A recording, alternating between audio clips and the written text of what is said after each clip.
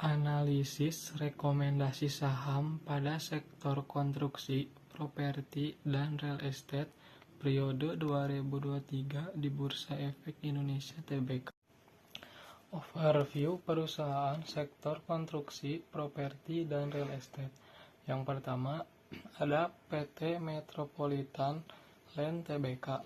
PT Metropolitan Land Tbk dibentuk pada tanggal 16 Februari 1994 dan mulai beroperasi pada tanggal 28 Oktober 1994. Sejak berdirinya, Medland fokus pada bisnis pengembangan perumahan dan bangunan komersial.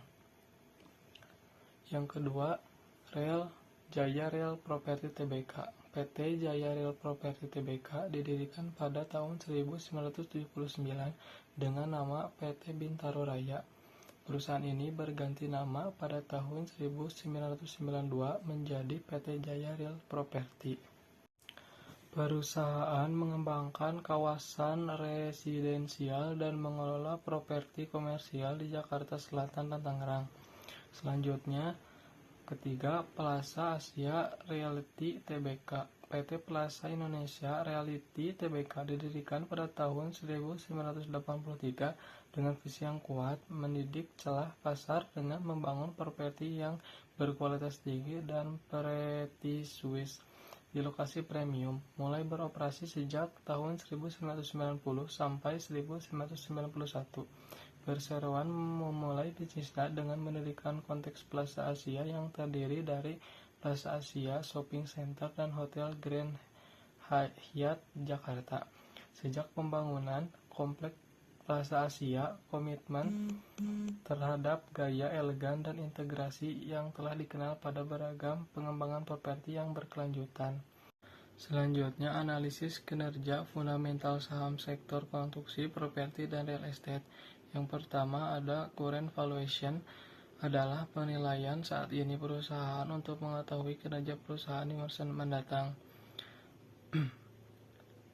Perbandingan current valuation di atas yang paling diperhatikan adalah price PBV. PBV ini menunjukkan bila nilai perusahaan lebih rendah dari sektor industri, maka perusahaan tersebut dikategorikan sebagai perusahaan yang baik dan sehat. Dalam perbandingan di atas, ketiga perusahaan tersebut menunjukkan nilai yang baik, akan tetapi pada perusahaan MTLA memiliki nilai PBV 0,68 yang merupakan nilai yang paling rendah dibandingkan dengan perusahaan lainnya. Maka perusahaan MTLA direkomendasikan untuk investor bila mana melihat dari atas analisis fundamental PBV. Selanjutnya ada profitability. Pada analisis profitability ini mengukur margin keuntungan atau laba rugi perusahaan. Pada analisis ini persentase perusahaan pada margin laba kotor, margin laba operasional, dan margin laba bersih. Melihat pada perbandingan di atas terdapat perbandingan GPM, OPM, dan NPM. Perbandingan tersebut lebih besar dari nilai sektor dan industri, maka perusahaan tersebut menunjukkan pertumbuhan yang baik.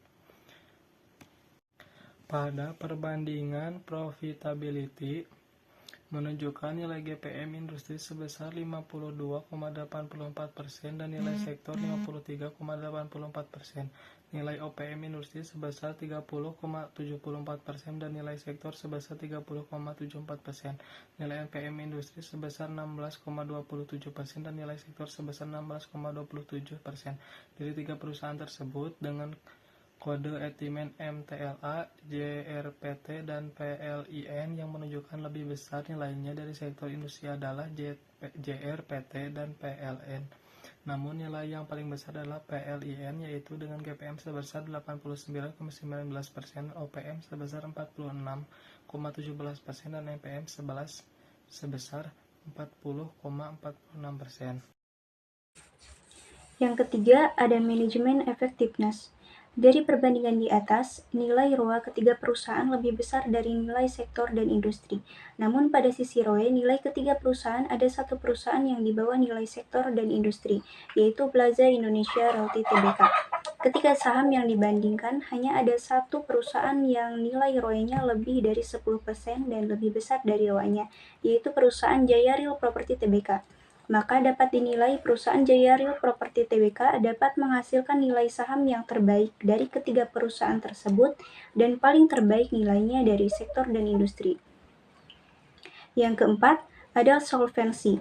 Dari perbandingan ketiga perusahaan di atas, bahwa nilai current ratio terdapat satu perusahaan yang ternilai di bawah satu yang berarti dalam masa kesulitan untuk memenuhi kewajibannya, yaitu perusahaan Jaya Real Property Tbk Metropolitan Land Tbk di atas satu pun di atas nilai sektor dan industri, dan Plaza Indonesia Realty Tbk di atas satu namun di bawah nilai sektor. Dengan demikian, Metropolitan Land Tbk yang terbaik dalam memenuhi kewajibannya. Selain current ratio, ada juga quick ratio.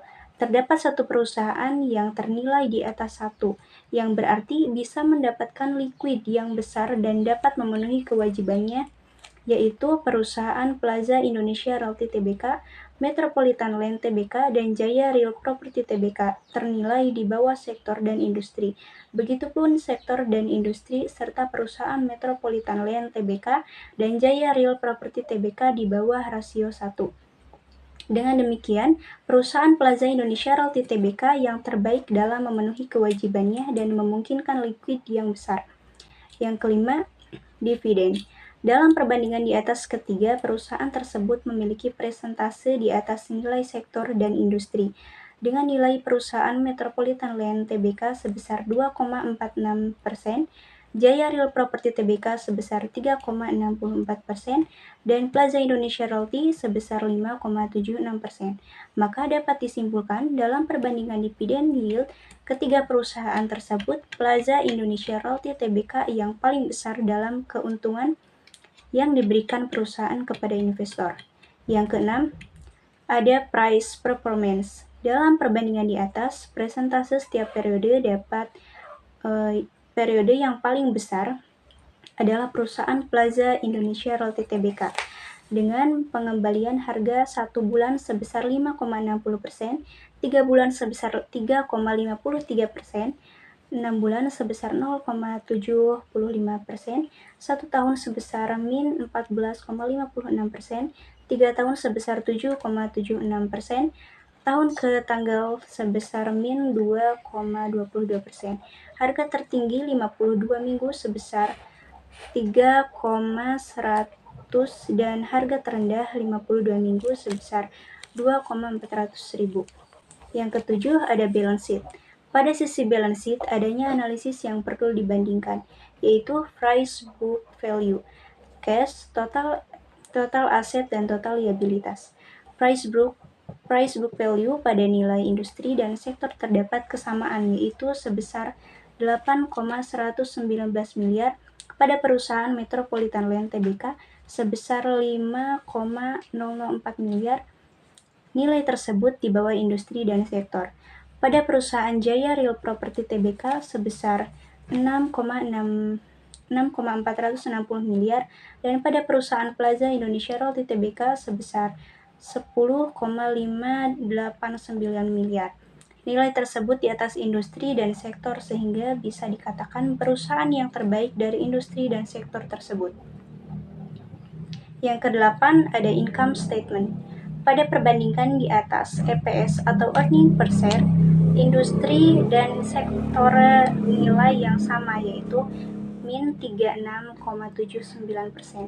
Pada perusahaan Metropolitan Land Tbk dengan nilai min 22,42%. Pada perusahaan Jaya Real Property Tbk dengan nilai min 2,60%, dan pada perusahaan Plaza Indonesia Realty Tbk terdapat nilai yang sangat baik, yaitu sebesar 2,11%.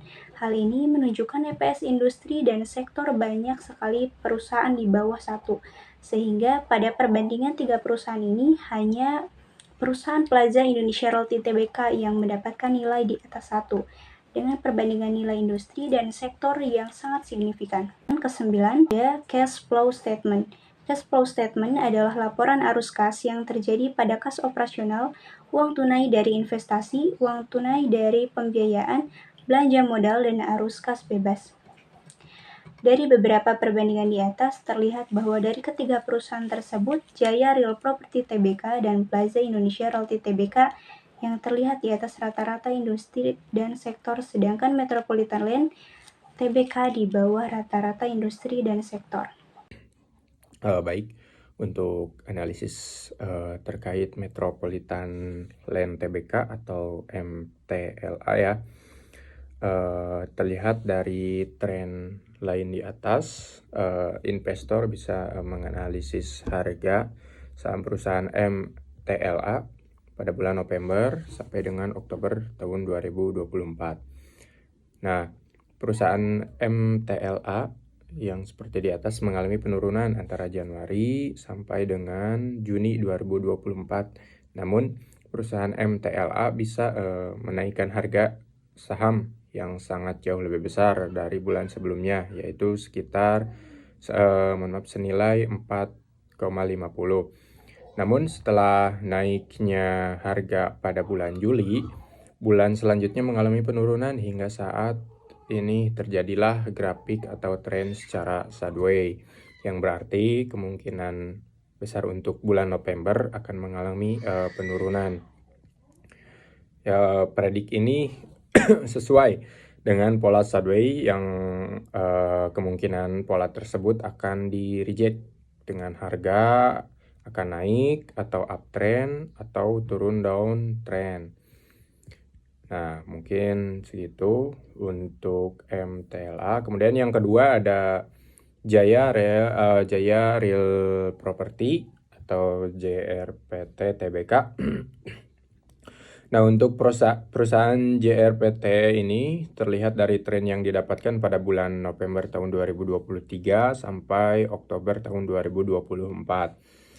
Nah, untuk dari bulan November tahun 2023 sampai dengan April tahun 2024 mengalami penurunan harga atau bisa disebut dengan downtrend ya. Kemudian untuk rentan dari bulan Mei hingga Juni mengalami pola melengkung atau setelah naik terjadilah turun, yaitu pada bulan Mei investor jual di angka 690, awalnya naik. Kemudian untuk bulan Juni kemungkinan di angka 630. Nah, itu turun. Nah, untuk antara bulan Juli sampai dengan Oktober mengalami kenaikan sampai dengan 660.